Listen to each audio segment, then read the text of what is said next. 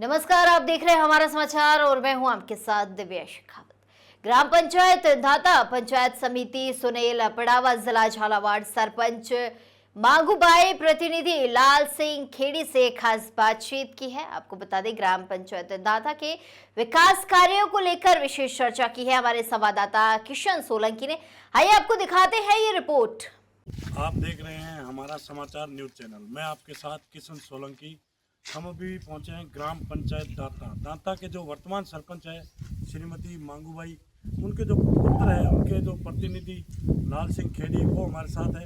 उनसे हम जानकारी लेंगे ग्राम पंचायत की और विकास कार्यों की, और उनके जो राजनीतिक कैरियर की भी जानकारी लेंगे, क्योंकि वैसे वो किसी परिचय के मोहताज नहीं है, क्योंकि उनको हर आदमी, हर व्यक्ति जानता है और अच्छा उनका नाम है। लेकिन कहीं न कहीं उनसे जानकारी लेंगे कि ग्राम पंचायत और वैसे समाज सेवी भी है और गो भगत भी है। उनसे जानकारी लेंगे कि क्या क्या आपने किस किस सेवाएं, किस किस प्रकार की सेवाएं दी है ग्राम पंचायत में। और भी जैसे बात करें अपन राजस्थान की, तो झालावाड़ ज़िले से, और वैसे एमपी में भी कार्य करते हैं, गो भगत भी है बहुत बड़े। तो आइए मिलते हैं लाल सिंह जी। सर्वदा नमस्कार। नमस्कार साहब, जय श्री राम। जय श्री राम। तो मतलब आपके यहाँ माता जी है ग्राम पंचायत दांता में सरपंच पद पे, और आप उनका प्रतिनिधित्व कर रहे हैं जी। लेकिन और भी हमने ग्राम पंचायत में देखा है, बिल्कुल मैं भी देख के आया, और ये भी ग्राम पंचायत का मंदिर है जो श्री राम हनुमान जी का मंदिर है।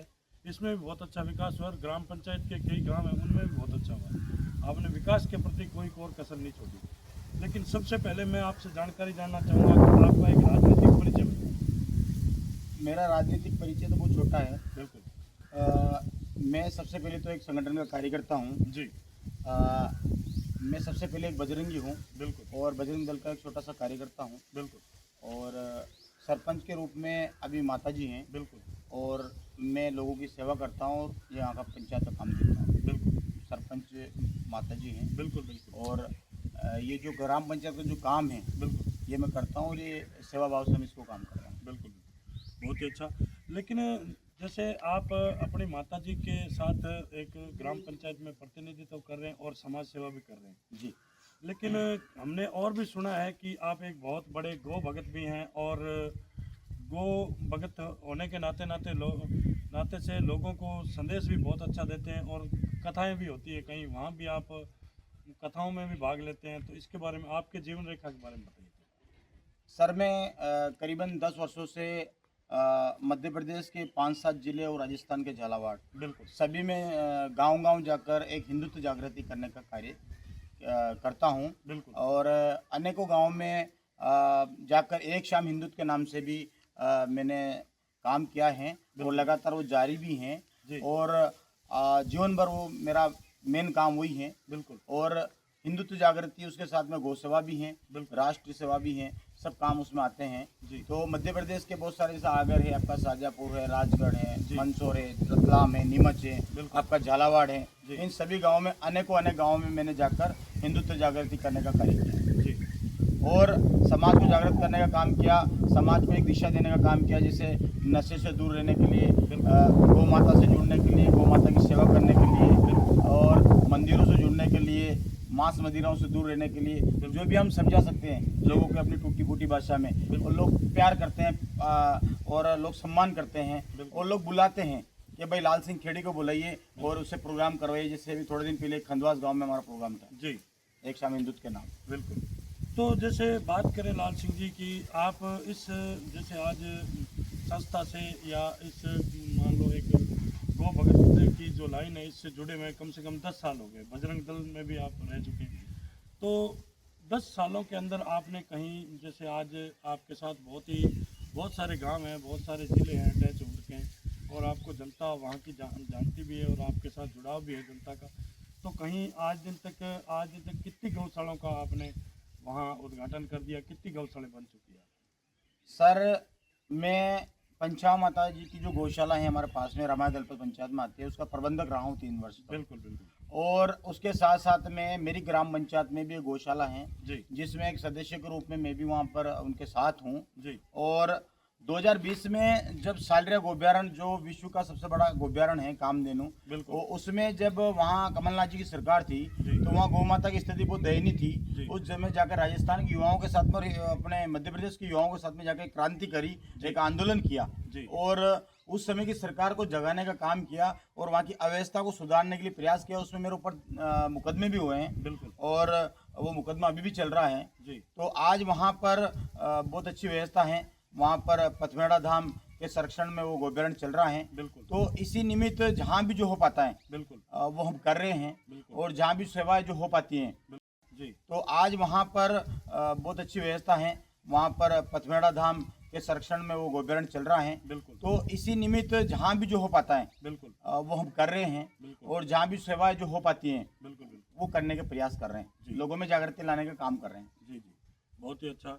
और इसके साथ जैसे अभी बात करें अपने ग्राम पंचायत दांता की, तो दांता के अंदर जो मान लो एक धार्मिक जो अपने देवी देवता है उनके मंदिर है, जैसे बालाजी का है, श्री राम जी का है, तो इनके अंदर भी बहुत अच्छा काम हुआ है और इसके अंदर भी बहुत अच्छी आपकी भावना है, तो इसके बारे में बताइए। सर मेरी पहली प्राथमिकता ही धर्म है। बिल्कुल। और मेरा पहला काम ही अपना हुई है हिंदुत्व का। बिल्कुल। तो जब 2020 में जब माताजी सरपंच बने जी। तो मन में ये था कि कहीं ना कहीं ऐसे काम हो जो अभी तक नहीं हुए हों। बिल्कुल। तो सबसे पहले यहाँ के मंदिरों में जो व्यवस्था करी, मंदिरों का जो काम था जो हम सपोर्ट कर सके, जैसे बाउंड्री वॉल कर सके, इंटरलॉकिंग लगा सके, सामुदायिक भवन बना सके, शौचालय बना सके जी। और उनके माध्यम से मंदिर से भी लोग जुड़े और दो चीज़ें उनसे हुई है, मंदिर का भी काम हुआ और उसके साथ साथ में अगर मान लो कि सामुदायिक भवन बने या इंटरलॉकिंग हुई या कोई व्यवस्था हुई तो उसमें क्या, जब समाज जब प्रोग्राम करती है, जब हिंदू समाज के जब कोई भी आयोजन होते हैं तो वो लोग वहाँ पर उनको व्यवस्था हो गई।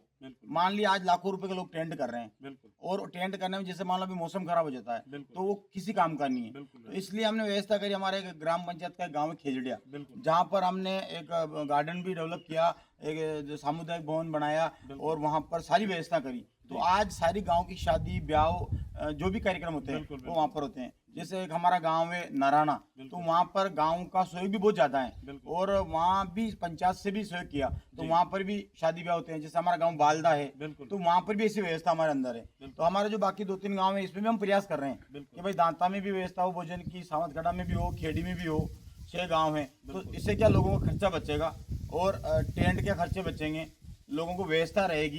अगर मान लो आंधी आती है, हवा चलती है, बारिश आती है तो लोगों के जो कार्यक्रम है वो खराब नहीं हो और पैसा भी उनका बचे।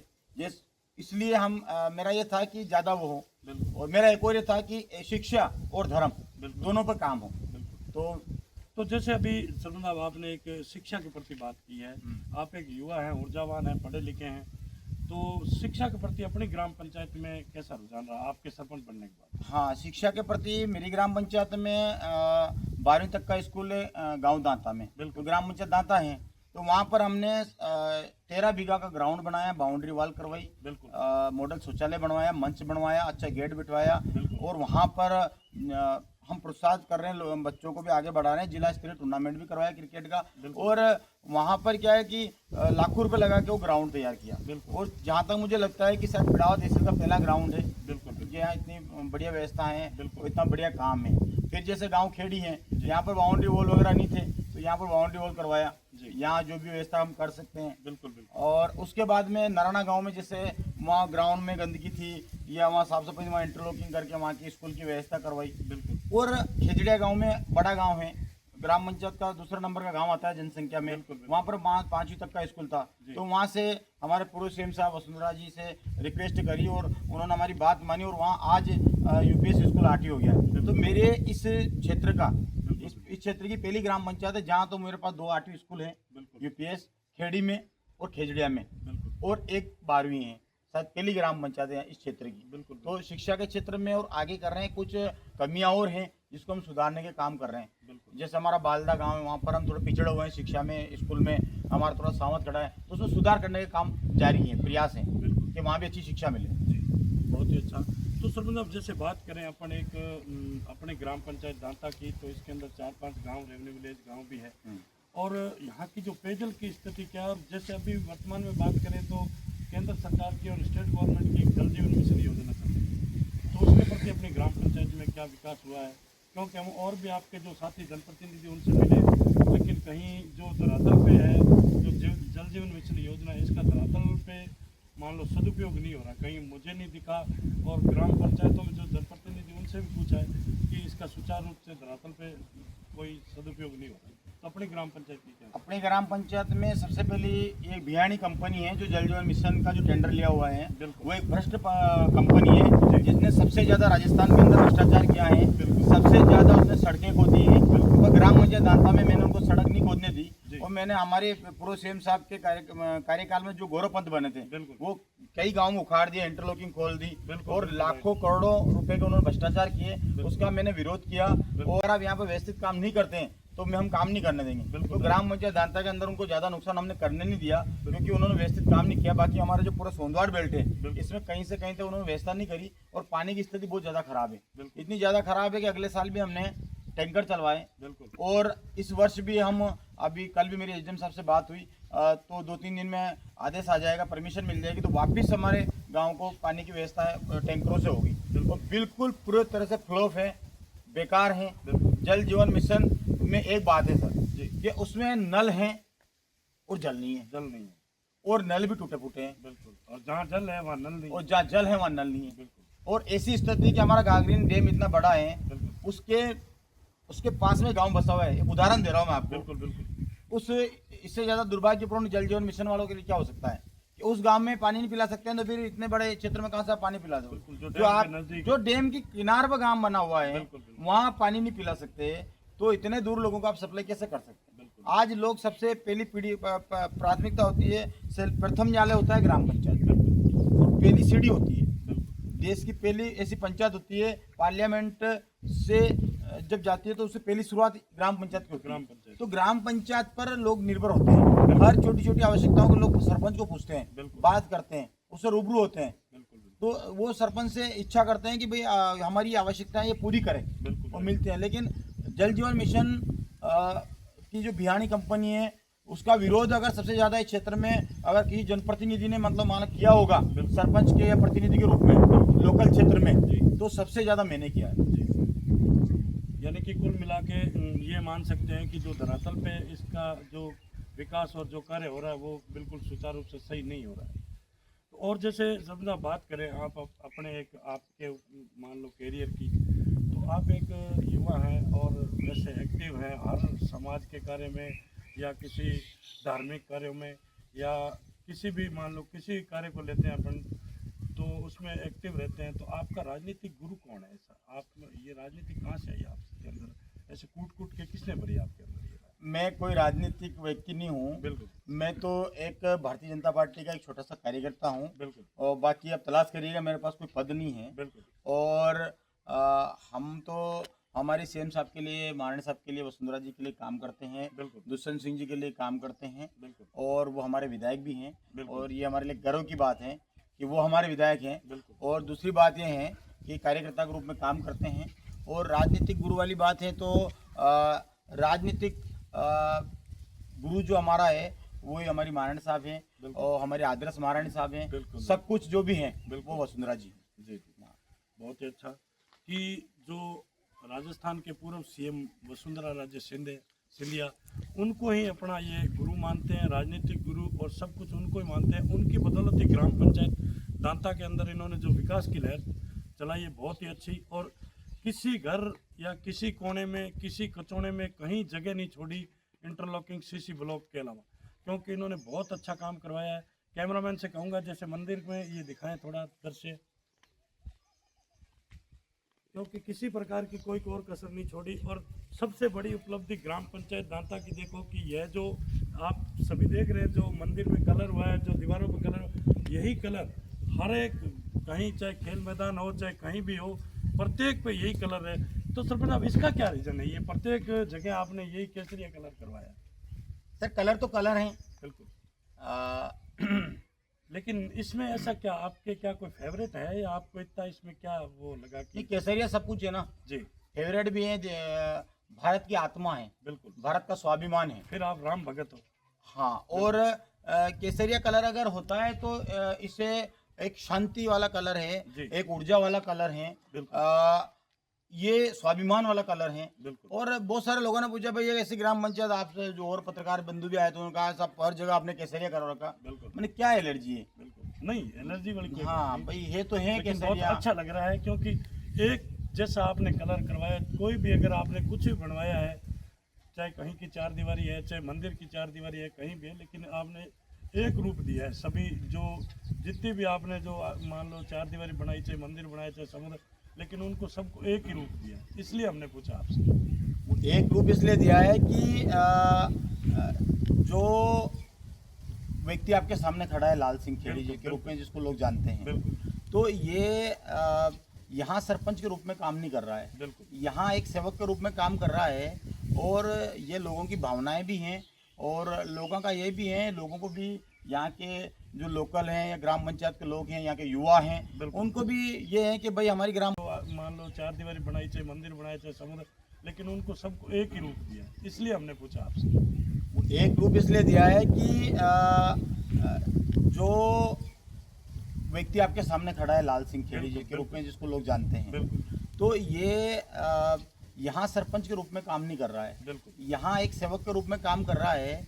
और ये लोगों की भावनाएं भी हैं और लोगों का ये भी है, लोगों को भी यहाँ के जो लोकल हैं या ग्राम पंचायत के लोग हैं, यहाँ के युवा हैं, बिल्कुल। उनको भी ये है कि भाई हमारी ग्राम पंचायत में कुछ यूनिक हो, अलग हो। बिल्कुल हमारी ग्राम पंचायत में राष्ट्र धर्म संस्कृति के लिए काम हो, बिल्कुल। हिंदुत्व के लिए काम हो बिल्कुल। और विकास के लिए काम हो। बिल्कुल तो इसलिए ये केसरिया कलर करवा रखा है। बिल्कुल, बहुत ही अच्छा। तो लास्ट क्वेश्चन रहेगा मेरा आपसे कि जैसे लाल सिंह जी बात करें अपने राजस्थान की और प्रत्येक ग्राम पंचायत की और प्रत्येक गांव की, इसके अंदर आज भी गौ माता है जो बिल्कुल बेसहारा भटक रही है, बिना पानी बिना खाए, तो आप सरकार से इनके लिए क्या डिमांड करेंगे?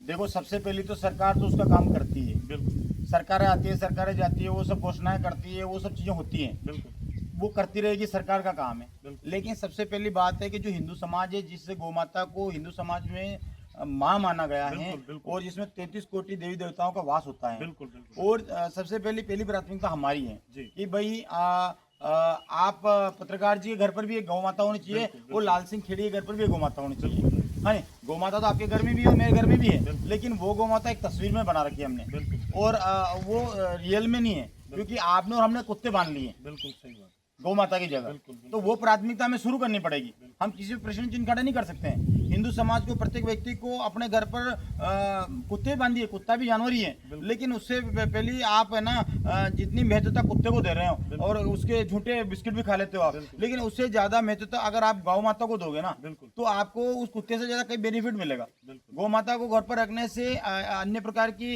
नेगेटिविटी नहीं आएगी, बिल्कुल। बीमारियां नहीं आएगी, गौ माता घर पर रहेंगी तो शुभ रहेगा। और ऐसी चीजें हिंदू समाज को करनी चाहिए। उसके बाद में आप अगर करोगे तो सरकार तो उसका काम करिए। सरकार से ज्यादा अगर एक गौ माता एक व्यक्ति अपना घर पर मान ले तो भटकना आज ही बंद हो जाएगी। बिल्कुल बिल्कुल right। लेकिन ज्ञान सब देते हैं, भाषण सब देते हैं, बिल्कुल। लेकिन करते कोई नहीं है। बिल्कुल अगर मैं भाषण दूंगा, अगर मैं बात करूंगा, लेकिन मैं कहीं ना कहीं मुझे भी मेरी कमी ढूंढनी चाहिए जिसे, बिल्कुल। तो ये सारे लोगों को ये सोचना चाहिए कि एक गौ माता प्रत्येक आदमी और प्रत्येक किसान, इसको हर व्यक्ति रख सकता है। व्यापारी भी अपने घर पर रख सकता है। बिल्कुल। भाई तो इतना बड़ा मतलब वो पता नहीं कौन सी नस्ल का कुत्ता इतना बड़ा, बिल्कुल बिल्कुल हाँ वो अगर रख सकता है तो तू एक गौ माता को क्यों नहीं रख सकता? बिल्कुल right। भाई गौ माता तेरे साथ में, तो उसको कुत्ते को तो घर पर बेड पर रख रहा है, बिस्तर पर रख रहा है, बिल्कुल। है ना? उस पर तो गौ माता को क्यों नहीं रख सकता है? तो ये हिंदू समाज को समझना होगा।